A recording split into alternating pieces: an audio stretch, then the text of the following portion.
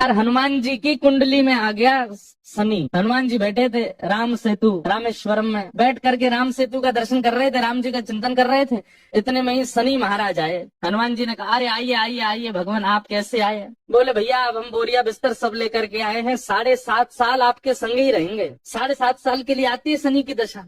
हनुमान जी बोले बहुत बढ़िया, बहुत दिन हो गए अकेले रहते रहते, बढ़िया एक एक कंपनी मिल जाएगी, आ जाओ।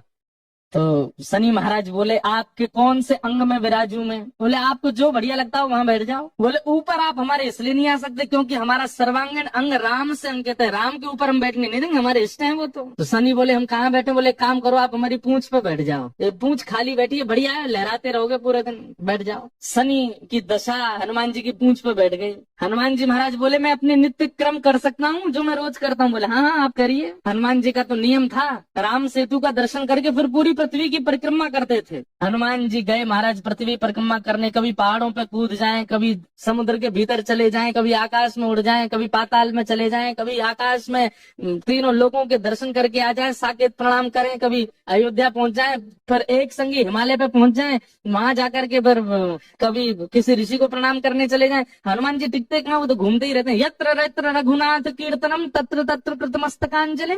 जहां जहां कथा होती है, ये बात लिख लीजिएगा, पूरे विश्व में जहां भी कथा होती है हनुमान जी एक क्षण के लिए सही आते हैं, सब जगह आते हैं। अब अपनी संध्या वंदन करके तीनों लोगों की परिक्रमा करके पृथ्वी परिक्रमा करके फिर हनुमान जी ने लिस्ट निकाली कहाँ कहाँ कथा चल रही, सारी कथाओं में गए एक एक सेकंड के लिए। इतनी उछल कूद और इतना ज्यादा एनवायरमेंट चेंज हुआ, व्यक्ति अगर एक मौसम से दूसरे मौसम में जाए तो जुकाम खांसी हो जाती है, क्या क्या। ये तो कभी तो चले जाते हैं 40 डिग्री सेल्सियस में, कभी -40 में पहुंच जाते हैं, कभी आकाश में चले जाते हैं, कभी रसातल में पाताल में पहुंच जाते हैं।